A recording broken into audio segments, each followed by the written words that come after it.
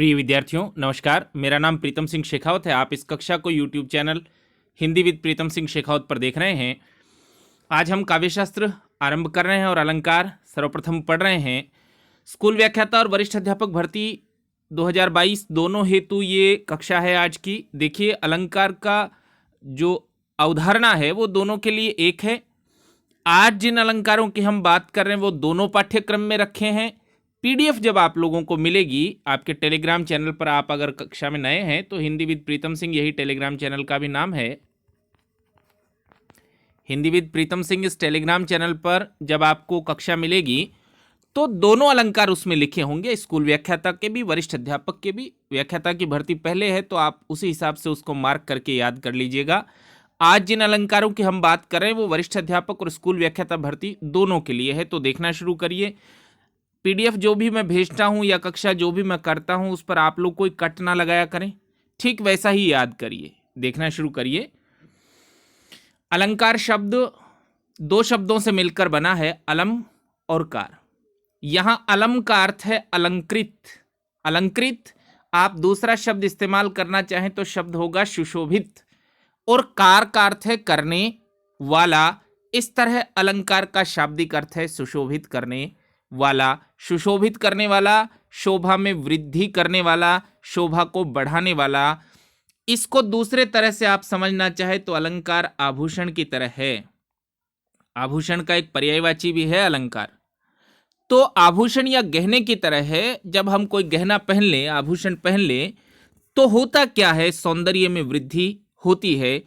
ऐसे ही अलंकार कविता के सौंदर्य को बढ़ाता है। देखना शुरू करिए। अलंकार काव्य के अनित्य धर्म है, इसको मार्क करिएगा आवश्यक रूप से, सदैव के लिए याद रखिएगा। अलंकार काव्य के अनित्य धर्म है। अनित्य धर्म है इसका अर्थ समझ लीजिए, हो भी सकते हैं कविता में, नहीं भी हो सकते। ऐसा नहीं है कि अलंकार नहीं होगा तो कविता समाप्त हो जाएगी। अलंकार के बिना भी कविता हो सकती है। अगर कभी कोई कथन बनाया जाए, परीक्षा में कथन आए कि अलंकार काव्य के नित्य धर्म है, तो गलत कथन होगा, क्योंकि अलंकार काव्य के अनित्य धर्म है। और अगर कथन बनाया जाए कि बिना अलंकारों के कविता हो सकती है, निश्चित हो सकती है, बिना अलंकार के काव्य हो सकता है, ऐसा अगर कोई कथन बनाया जाए तो ठीक कथन होगा। अवधारणाओं की समझ बनाइए। पीएससी अब जो पेपर आपके लिए बनाएगी निश्चित रूप से अवधारणाओं पर आधारित होगा। सूचनाओं को अधिक मत समझिए, अवधारणाओं को अधिक समझिए। अलंकार काव्य के वे अनित्य धर्म हैं जो काव्य की शोभा वृद्धि में सहायक होते। देखिए, अलंकार शोभा वृद्धि करता है, अलंकार शोभा उत्पन्न नहीं करता। यदि ऐसा कहीं लिखा जाए कि अलंकार शोभा उत्पन्न करता है तो गलत कथन होगा। यदि परीक्षा में पेपर सेटर ने स्टेटमेंट बनाया कि अलंकार शोभा उत्पन्न करता है तो गलत कथन होगा। वो शोभा वृद्धि में सहायक है, जैसी शोभा है उसको वो बढ़ाने में सहायक है। समझ रहे हैं? अनित्य धर्म है अलंकार कविता का। मैं दोबारा पढ़ के इसको शुरू करता हूं। देखना शुरू करिए। अलंकार दो शब्दों से मिलकर बना है, अलम और कार। अलम का अर्थ है अलंकृत यानी सुशोभित, और कार का अर्थ है करने वाला। इस तरह अलंकार का शाब्दिक अर्थ है सुशोभित करने वाला। अलंकार काव्य के अनित्य धर्म हैं जो शोभा वृद्धि में सहायक होते हैं। मैं फिर बता रहा हूं, अलंकार शोभा उत्पन्न नहीं कर सकते, केवल शोभा में वृद्धि कर सकते हैं। देखना शुरू करिए। अलंकार संप्रदाय। देखिए, काव्यशास्त्र जब आप लोग पढ़ेंगे तो संप्रदाय ये शब्द आप बार बार पढ़ेंगे। संप्रदाय का अर्थ है, अलंकार संप्रदाय जब मैं लिखूं तो इसका अर्थ है, इसको मानने वाले कहते हैं काव्य की आत्मा अलंकार है। अलंकार संप्रदाय का अर्थ ये है, अलंकार को मानने वाले आचार्यों का एक समूह। सभी एक साथ नहीं हुए, अलग अलग समय पर हुए, पर कहा सभी ने यह है कि अलंकार ही कविता का प्राण है। इसको हम अलंकार संप्रदाय कहते हैं। अलंकार संप्रदाय के प्रवर्तक आचार्य भामह हैं, और भामह की पुस्तक, उसका भी नाम मैंने लिख दिया है, काव्यालंकार। आचार्य भामह की जो पुस्तक है काव्यालंकार, और अलंकार के विषय में अब ये अलंकार पाठ्यक्रम में चल रहा है तो बताने की जरूरत नहीं है कि ये प्रश्न पूछा जाएगा कि अलंकार संप्रदाय के प्रवर्तक कौन है। तो आचार्य भामह हैं और उनकी पुस्तक, उसका नाम है काव्यालंकार। अलंकार के विषय में जो महत्वपूर्ण कथन है वो लिखा हूं, याद करिएगा, उनको देखना शुरू करिए। भामह ने काव्यालंकार में लिखा है। देखिए, जब आप भारतीय काव्य शास्त्र पढ़ते तो संस्कृत से कतराइए मत, बिल्कुल मत कतराइए संस्कृत से। पहले मूल संस्कृत को पढ़िए, फिर उसका हिंदी अनुवाद याद करिए। समझ रहे हैं? तो नकांतम अपि निर्भूषम विभाति वनिता मुखम, ऐसा आचार्य भामह ने लिखा है। क्या कि वनिता और कविता दोनों वही मतलब है।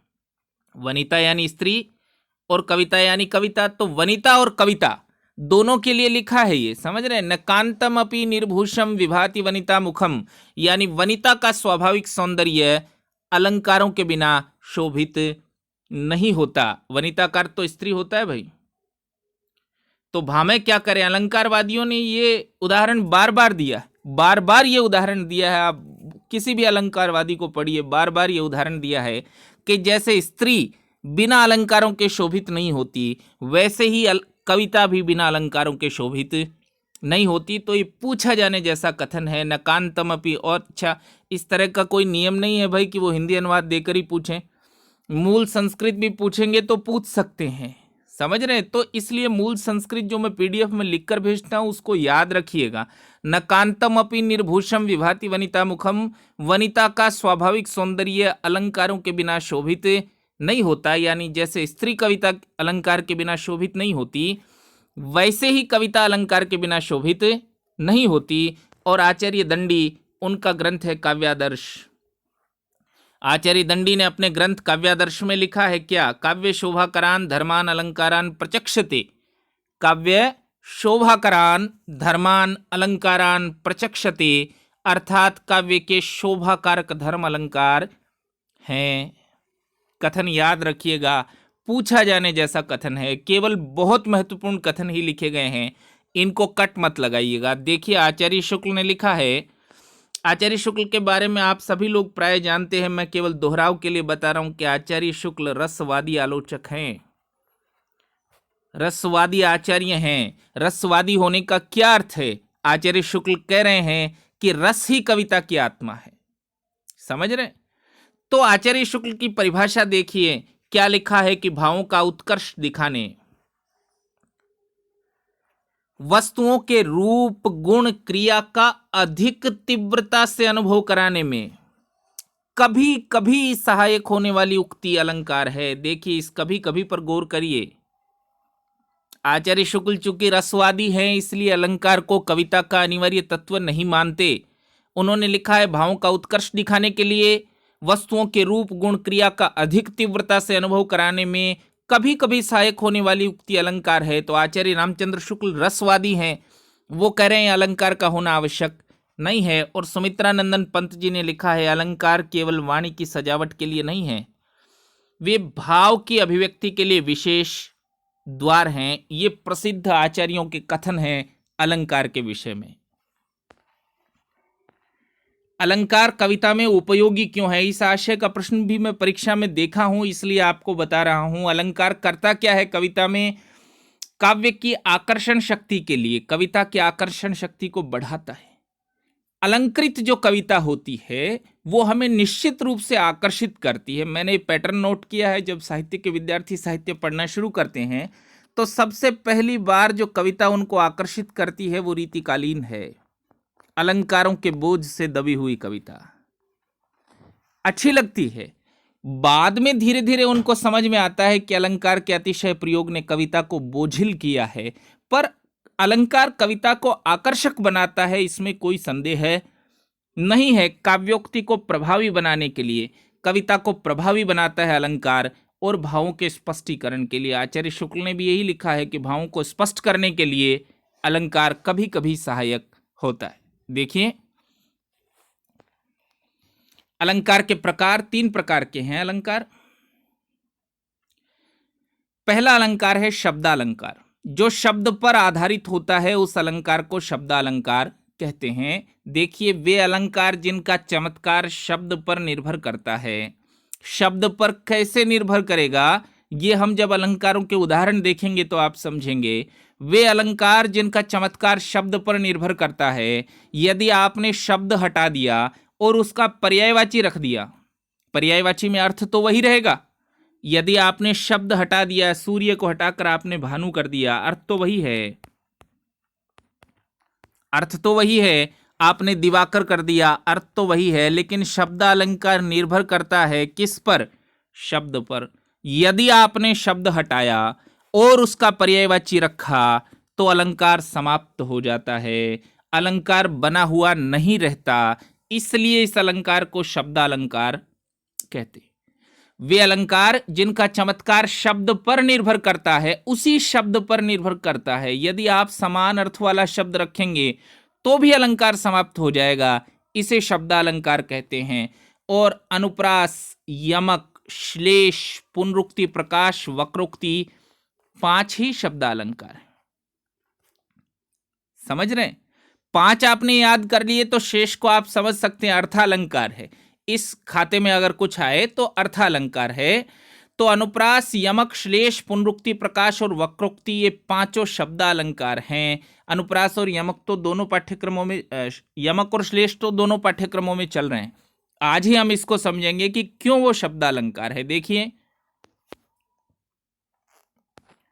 दूसरे तरह का अलंकार अर्थालंकार होता है।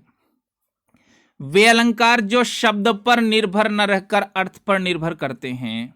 अर्थ पर निर्भर करते हैं, इसका क्या मतलब कि यदि आपने शब्द बदलकर समान अर्थ वाला शब्द रखा तो अलंकार बना रहता है, अर्थात शब्द बदलने पर भी अर्थ वही रहे, अर्थ प्रधान होता है अर्थालंकार में।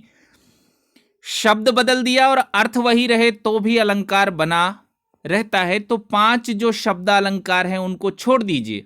उभय अलंकार तो वैसे भी बहुत कम स्थिति में बनता है, तो शेष सभी को आप अर्थालंकार समझिए। उपमा, रूपक, संदेह, भ्रांतिमान, विभावना इत्यादि। तीसरे तरह का अलंकार उभय अलंकार होता है। एक तरह की स्थिति है पुनरुक्ति वदाभास, ये एक उभय अलंकार होता है। जब पीडीएफ मिलेगी तो नाम लिखा हुआ आएगा, पर आपके पाठ्यक्रम में नहीं चल रहा है। पाठ्यक्रम में नहीं चल रहा है इसलिए अधिक विस्तार पर नहीं जा रहा हूं। पर अगर पूछ ले अलंकार कितने प्रकार का होता है तो निश्चित रूप से 3 प्रकार का होता है। यही हमको कहना। उभय अलंकार हमारे पाठ्यक्रम में नहीं चल रहा है, अधिक लोकप्रिय भी नहीं है, पर होता अवश्य है। कभी कभी अलंकार शब्द और अर्थ दोनों पर आधारित हो जाता है। शब्द बदलेंगे तो भी समाप्त होगा, अर्थ बदलेंगे तो भी समाप्त होगा। इस स्थिति को उभय अलंकार कहा जाता है। तो ये अलंकार के 3 प्रकार हैं। अलंकार अनित्य धर्म होता है, अलंकार संज्ञा के रूप में गहना है। समझ रहे हैं? तो भामह अलंकार संप्रदाय के प्रवर्तक हैं। अब देखना शुरू करिए पाठ्यक्रम को। पहला अलंकार जो हम पढ़ रहे हैं यमक है। पहला अलंकार जो हम पढ़ रहे हैं यमक अलंकार है। बहुत सरल परिभाषा में मैं समझाने की आपको कोशिश किया हूं, क्योंकि वो जो किताबी परिभाषा है वो परीक्षाओं में नहीं पूछी जाती। असल में पूछा जाता है उदाहरण, और आपको पहचानना होता है कि ये अलंकार है। समझ रहे हैं? इसलिए परिभाषा के फेरफार पर अधिक मत पढ़िए। परिभाषा बहुत कठिन दृढ़ परिभाषा काव्य शास्त्र की पुस्तकों में जो दी हुई होती है वो पेपर के दिन काम नहीं आती। पेपर के दिन उदाहरण और आपकी समझ 2 ही चीज काम आएगी। इसलिए रटने के बजाय यही समझिएगा इसको कि काव्य में जहां शब्द की आवृत्ति हो यानी शब्द 2 बार आए, ज्यादा बार आए पर कम से कम 2 बार तो आए। काव्य में जहां शब्द की आवृत्ति हो और प्रत्येक बार शब्द का अर्थ भिन्न भिन्न हो, वहां यमक अलंकार होता है। अब इसको ऐसे समझिए कि ऐसा अलंकार जिसमें कोई शब्द 2 बार आएगा, शब्द को 2 बार आना ही पड़ेगा कम से कम, अधिक बार आए ठीक है पर 2 बार तो कम से कम आएगा, और उसका अर्थ अलग अलग होता है, वहां अलंकार होता है यमक। ये प्रसिद्ध दोहा जो आप देख रहे हैं वो बिहारी का है। बिहारी सप्तशती तो हमारे पाठ्यक्रम में भी चल रही है। देखना शुरू करिए। कनक कनकते सोगुनी, मादकता अधिकाय, वा खाए बोराय जग, या पाए बोराय। देखिए अलंकार के जितने भी उदाहरण आप पढ़ें, पुस्तक तो मैंने आपको बताई दी है, डॉक्टर हेतु भारद्वाज जी की पुस्तक है काव्यांग विवेचन। आप गाइड इत्यादि भी पढ़ते हैं, तो पहले जो मैं पीडीएफ भेज रहा हूं उसको ठीक से समझिए, ठीक से उसको याद करिए। फिर आपको लगे कि 2 उदाहरण मैं और याद कर सकता हूं, 2 उदाहरण मैं और समझ सकता हूं, तो अपनी पुस्तकों की सहायता से इसी पीडीएफ पर 2 उदाहरण और लिख लीजिए, 3 उदाहरण और लिख लीजिए, पर अवधारणा की समझ अभी यही बनाइए। देखिए, कनक कनकते सोगुनी मादकता अधिकाय, तो हमारे अलंकार की शर्त क्या है? शब्द 2 बार आए, दोनों बार उसका अर्थ अलग अलग हो, वहां यमक अलंकार होता है। तो इस दोहे का अर्थ है सोने में धतूरे से।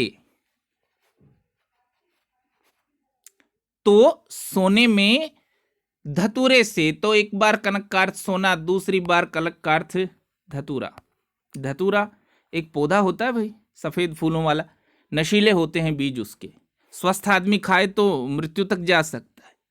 सोना और धतूरा, तो कनक 2 बार, दोनों बार अर्थ अलग अलग। सोने में धतूरे से 100 गुनी मादकता अधिकाय, 100 गुना नशा है।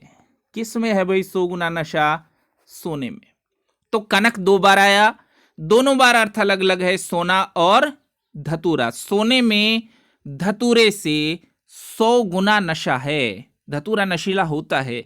पर बिहारी क्या कह रहे हैं कि सोना यानी धन उससे भी अधिक नशीला है कि वा खाए बोराए जग, उसको खाकर लोग पागल होते हैं।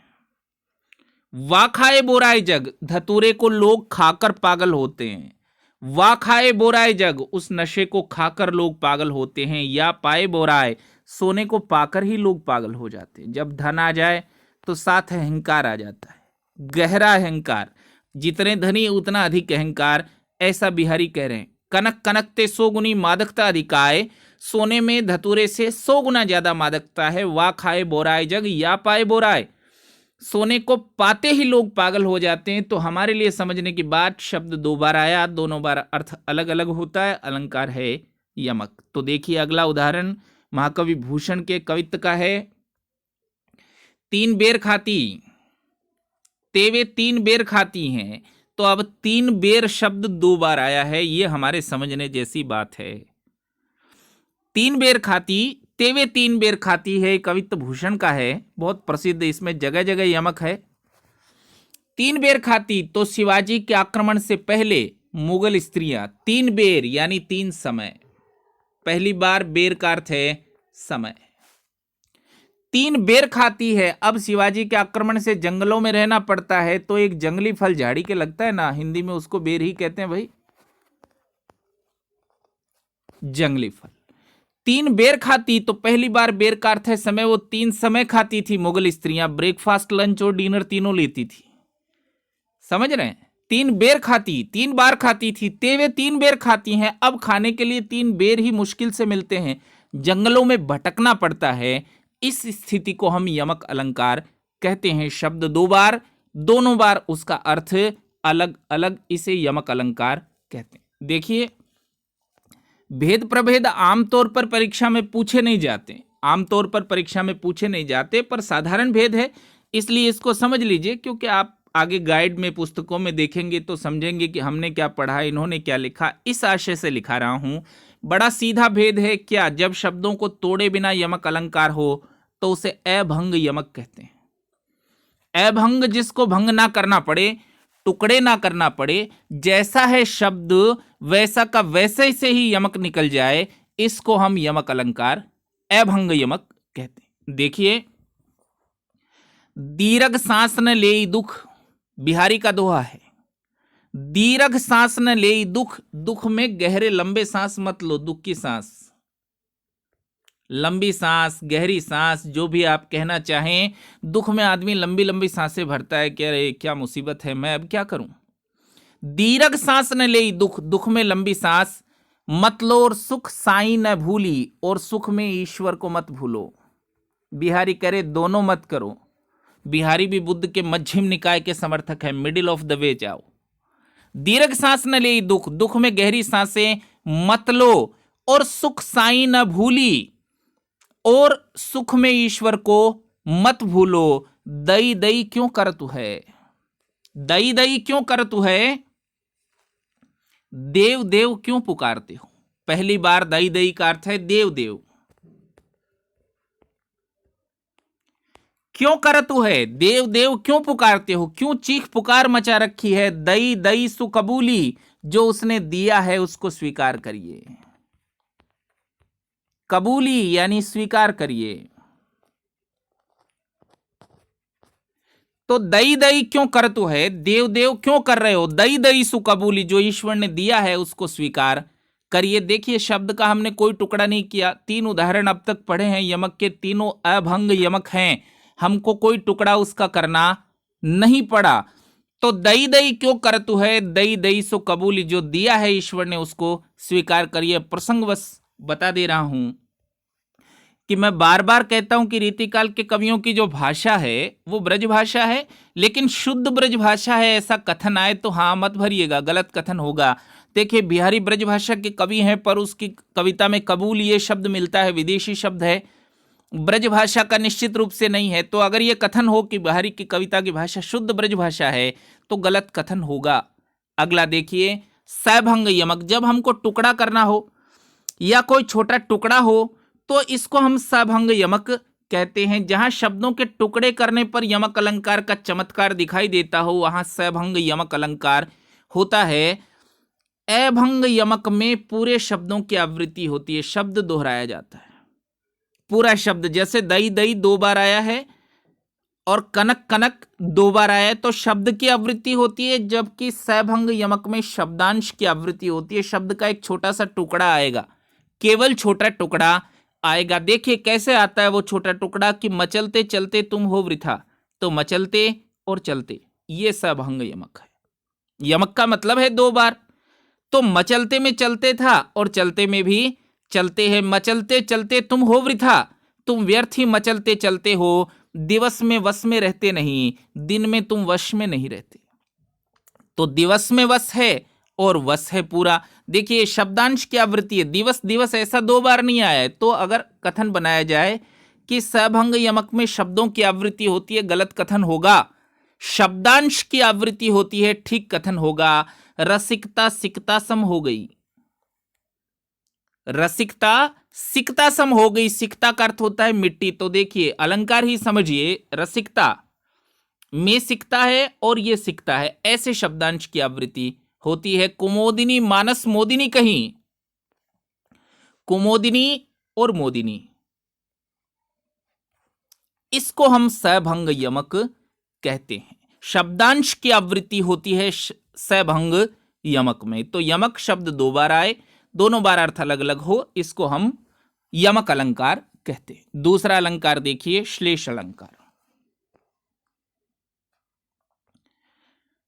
श्लेष इस शब्द का अर्थ होता है चिपकना। श्लेष जो शब्द है इसका अर्थ होता है चिपकना। जहां श्लिष्ट शब्दों के कारण, श्लिष्ट शब्द इसका क्या अर्थ है, ऐसा शब्द जिससे अनेक अर्थ चिपके हुए हों, बहुत सारे अर्थ हों उस शब्द के, और स्थिति के अनुसार भिन्न भिन्न अर्थ दें, उसे श्लेष अलंकार कहते हैं।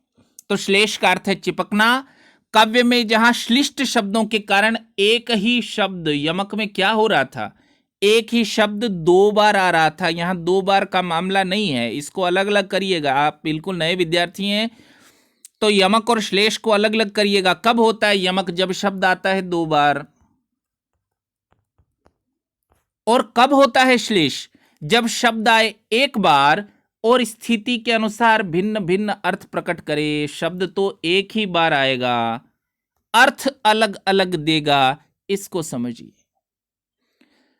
श्लेष का अर्थ है चिपकना। काव्य में जहां श्लिष्ट शब्दों के प्रयोग के कारण एक ही शब्द स्थिति के अनुसार भिन्न भिन्न अर्थ दे, वहां श्लेष अलंकार होता है। तो यमक में शब्द आता है 2 बार, श्लेष में आता है 1 बार। 1 बार और अनेक अनेक अर्थ देता है, इसे श्लेष अलंकार कहते हैं। बहुत प्रसिद्ध दोहा है रहीम जी का, रहीमन पानी राखिए। तो रहीम पर्यावरणविद आदमी थे, हम 5 जून को बात कर रहे हैं, उन्होंने कहा है सेव द वाटर, समझ रहे हैं, रहीमन पानी राखिए। रहीम ने कहा पानी रखिए, बिन पानी सब सून, पानी के बिना सब कुछ सूना होता है। और ऊपर की पंक्तियों में श्लेष नहीं है, ये तो दोहा पूरा करने के लिए आपको कुछ बिंब बने इसलिए ही लिखा है, पानी गए न उबरे मोती मानस चून, श्लेष यहां है, समझ रहे हैं। ये मैं इसलिए बता रहा हूं कि एक मेरा विद्यार्थी जो अब तो स्कूल व्याख्याता है, उसने मुझे कहा था सर आप तो कह रहे हैं कि शब्द 1 ही बार आए, इस दोहे में तो 3 बार आ गया। तो ऊपर की पंक्ति में श्लेष नहीं है भाई, नीचे की पंक्ति में श्लेष अलंकार है। रहीमन पानी राखिए, रहीम ने कहा है पानी रखना, बिन पानी सब सून, पानी के बिना सब कुछ सूना होता है। और पानी गए न उबरे, मोती मानस चून। देखिए श्लेष क्या होता है, पानी गए न उबरे, पानी चला जाए तो नहीं उबरते। नहीं उबरते माने नुकसान नहीं झेल सकते, भारी नुकसान होगा पानी के चले जाने से। किन किन चीजों को, मोती मानस चून। मोती के लिए पानी का अर्थ है चमक, मोती बड़ा पानीदार है यानी बड़ा चमकदार है, और मोती की चमक ही चली गई तो मोती का क्या करें। पानी गए ना उबरे, पानी चली गई तो तीन चीजें नहीं उबर सकती है, नुकसान नहीं झेल सकती तीन चीजें। मोती, तो मोती के लिए पानी का अर्थ है चमक। मानस मनुष्य, उसके लिए इसका अर्थ है प्रतिष्ठा। मनुष्य प्रतिष्ठा खो देगा तो क्या कर सकेगा, कुछ नहीं कर सकेगा। पानी गए न उबरे, मोती मानस चून, और चून के लिए उसका अर्थ है जल। तो शब्द एक बार आया, स्थिति के अनुसार भिन्न भिन्न अर्थ देता है, इसे हम श्लेष अलंकार कहते हैं। यमक में शब्द दो बार, श्लेष में शब्द एक बार, और एक बार आने के बावजूद अनेक अनेक अर्थ देता है, इसको हम श्लेष अलंकार कहते हैं। क्योंकि श्लेष अलंकार के मूल में है श्लिष्ट पद, जिससे अनेक शब्द अनेक अर्थ चिपके हुए हैं, समझ रहे हैं। और अगला देखिए दूसरा उदाहरण कि नव जीवन दो घनश्याम हमें, नया जीवन दो। कौन? नव जीवन दो घनश्याम हमें। घनश्याम श्लिष्ट है, पहला अर्थ काले बादल। काले बादलों हमें नया जीवन दो, बरसोगे तो जीवन मिलेगा। नव जीवन दो घनश्याम हमें, और दूसरी बार अर्थ है कृष्ण, हे कृष्ण हमें नया जीवन दो, जीवन को नया अर्थ दो। समझ रहे हैं, नव जीवन दो घनश्याम हमें, तो श्लेष अलंकार होता है। और अगला देखिए, श्लेष अलंकार दो प्रकार के होते हैं। अभंग श्लेष, जहां शब्दों को तोड़े बिना श्लेष अलंकार हो, जैसे हमने ऊपर के दो उदाहरणों में भी देखा, वैसा ही उदाहरण यहां भी है। सुबरन को ढूंढत फिरत, कवि कामी अरु चोर। सुबरन को ढूंढत फिरत, सुबरन श्लेष है। कवि, इसके लिए अच्छा होता है अच्छे वर्ण, समझिए इसको। सुबरन को ढूंढत फिरत, कवि कामी अरु चोर, तो सुबरन कवि के लिए इसका अर्थ है अच्छे वर्ण। कामी, उसके लिए सुंदर रंग या सुंदर रंग वाली स्त्री, ऐसा समझिए। और चोर, उसके लिए अर्थ है सोना। तो सुबरन को ढूंढत फिरत, कवि कामी अरु चोर, तो श्लेष अलंकार है, क्योंकि सुबरन श्लिष्ट है, अलग अलग अर्थ देता है। कवि के लिए अर्थ अच्छे वर्ण यानी अच्छे अक्षर। कवि अच्छे अक्षरों की खोज में है, कैसे वो सुंदर शब्द मिल जाएं, ठीक है। कामी, इसके लिए सुंदर रंग की स्त्री या सुंदर रंग, और चोर के लिए इसका अर्थ है सोना। तो यह है अभंग श्लेष। देखिए सुबरन के हमने टुकड़े नहीं किए ना, तो ये अभंग श्लेष है। और अब देखिए सभंग श्लेष, जहां काव्य में शब्दों को तोड़ने पर अर्थ प्रकट होता हो, तोड़ने पर अर्थ प्रकट होता हो, शब्दों के टुकड़े करने हो, तो सभंग श्लेष होता है। और उदाहरण देखिए, चिरजीवो जोरी। चिरजीवो जोरी का अर्थ है उनकी जोड़ी बनी हुई रहे। जुरे क्यों न स्नेह गंभीर। देखिए ब्रज भाषा में ड़ होता ही नहीं, तो रे को आप ड़ पढ़िए। तो चिरजीवो जोरी, जुरे क्यों न स्नेह गंभीर, उनकी जोड़ी बनी हुई रहे। उनमें स्नेह गंभीर क्यों नहीं होगा, उनमें तो गहरा स्नेह होना ही है, ऐसा कह रहे हैं। जुरे क्यों न स्नेह गंभीर, उनमें तो गहरा स्नेह होना ही स्वाभाविक है। को घटी, उन दोनों में से कौन घटता है, दोनों बराबर के लोग हैं। कौन कौन? ए वृषभानुजा, एक तो है राधा, वृषभानुजा राधा, क्योंकि वो वृषभानु की पुत्री हैं। को घटिया वृषभानुजा, एक तो राधा है और वे हलधर के वीर, दूसरी ओर वो कृष्ण है। तो पहला अर्थ निकाल दिया है मैंने, राधा और कृष्ण का अर्थ। चिरजीवो जोड़ी, उनकी जोड़ी बनी हुई रहे। जुरे क्यों न स्नेह गंभीर, उनमें गंभीर स्नेह क्यों नहीं होगा, उनमें गंभीर स्नेह होना ही है। को घटी, उन दोनों में से कौन घटता है। ए वृषभानुजा, एक तो राधा है, वे हलधर के वीर, दूसरी ओर कृष्ण हैं। और अब दूसरा अर्थ देखिएगा कि चिरजीवो जोड़ी, उनकी जोड़ी बनी हुई रहे। जुरे क्यों न स्नेह गंभीर, उनमें गंभीर स्नेह क्यों नहीं होगा। को घटिए वृषभानुजा, तो वृषभ बैल को कहते हैं भाई, वृषभ का अर्थ तो बैल होता है, और शब्द के टुकड़े करिए वृषभ अनुजा, वृषभ की छोटी बहन गाय होती है। तो पहला जो अर्थ था वो राधा का अर्थ था। कैसे, क्योंकि उसके पिता का नाम है वृषभानु, वृषभानु जा, यानी वृषभानु की पुत्री राधा। स्क्रीनशॉट ले लेना भैया इसका।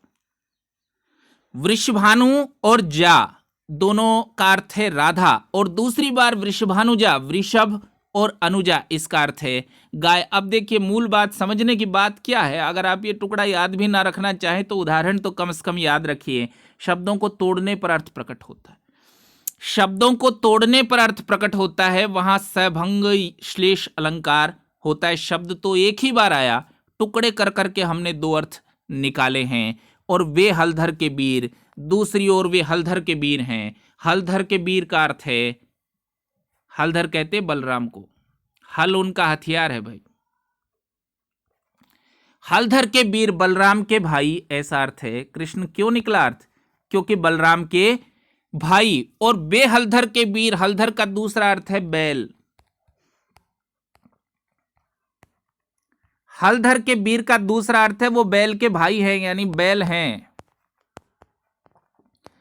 तो दो अर्थ ऐसे निकले, वे हलधर के वीर, हलधर के वीर यानी बलराम के भाई, और बैल के भाई यानी बैल। तो दोनों अर्थ इस दोहे में निकल रहे हैं। कौन कौन से दोनों अर्थ, एक तो राधा और कृष्ण, दूसरा अर्थ निकलता है गाय और बैल। समझ रहे हैं। देखिए उपमा बहुत प्रसिद्ध अलंकार है। देखिए काव्य में जहां रूप गुण क्रिया की समानता के आधार पर, इसको समझिए, दोनों में कुछ कॉमन होता है, दोनों में कुछ समान होता है। रूप गुण या क्रिया की समानता के आधार पर उपमेय की समता उपमान से दर्शाई जाए, वहां उपमा अलंकार होता है। आप पहली बार अलंकार गंभीरता से पढ़ रहे हो तो पूछ सकते ये क्या है जी, उपमेय क्या है, उपमान क्या है। समझा दे रहा हूं, इसको समझ लीजिएगा। ये बहुत सारे अलंकारों के साथ ये काम करेगा, इसको समझ लीजिए। काव्य में जहां रूप गुण क्रिया की समानता के आधार पर उपमेय की समता उपमान से दर्शाई जाए, वहां उपमा अलंकार होता है।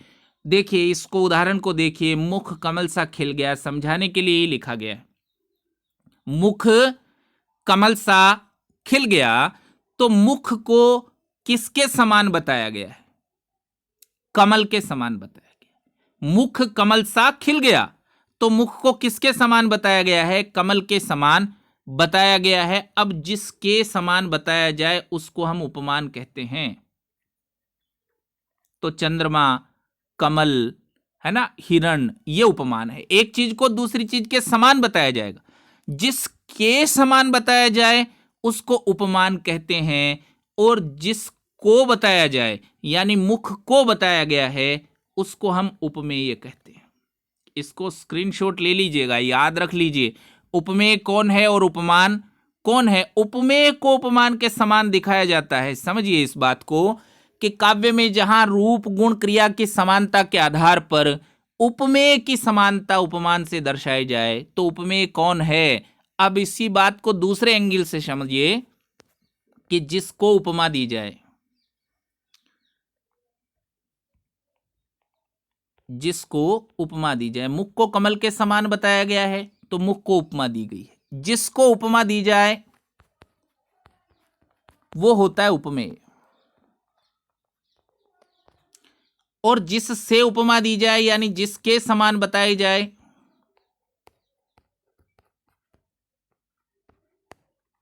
वो होता है उपमान। इसको स्क्रीनशॉट लीजिएगा भाई। समझ रहे हैं? अवधारणाओं की समझ बनाइए, केवल रटना पर्याप्त नहीं होता है। समझ रहे हैं? मुख कमल सा खिल गया, तो मुख को किसके समान बताया गया है? कमल के समान बताया गया है। तो मुख उपमेय है और कमल उपमान है। हर बार जब आप उदाहरण पढ़े, यदि आप बिल्कुल नए विद्यार्थी हैं, उपमेय और उपमान की अवधारणा समझे नहीं है अभी तक, तो जितनी बार उदाहरण पढ़े उतनी बार ये देखें कि कौन उपमेय है और कौन उपमान है, तो आपको समझ आती जाएगी। देखिए, काव्य में जहां रूप गुण क्रिया की समानता के आधार पर उपमेय की समानता उपमान से दर्शाई जाए, वहां उपमा अलंकार होता है। और वाचक शब्द एक चीज को दूसरी चीज के समान बताएंगे, तो सा, से, सी, सरिस, सम, सदृश ऐसे शब्दों का प्रयोग उपमा अलंकार में होता है।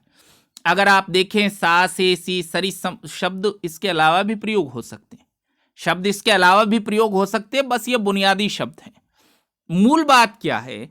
एक चीज को दूसरी चीज के समान बताया जाता है। और देखिए, दूसरा उदाहरण तुलसीदास जी की चौपाई है कि पीपर पात सरिस मन डोला।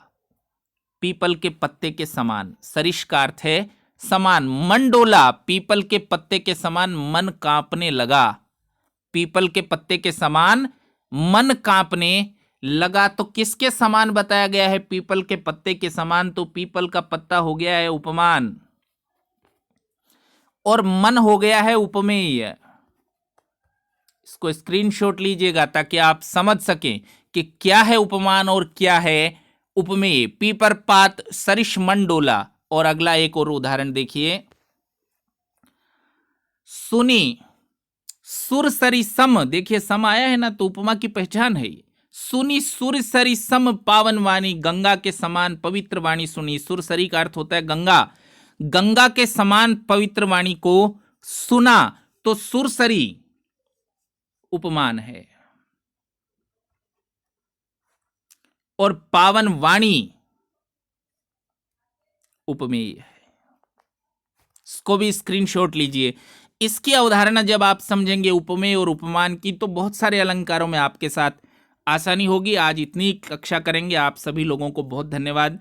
जैसे ही अलंकार का बिंदु पूरा हो जाएगा, तो पीडीएफ आपके Telegram channel Hindi with Pritam Singh Shekhawat पर पहुंच जाएगी। आप सभी लोगों को बहुत धन्यवाद।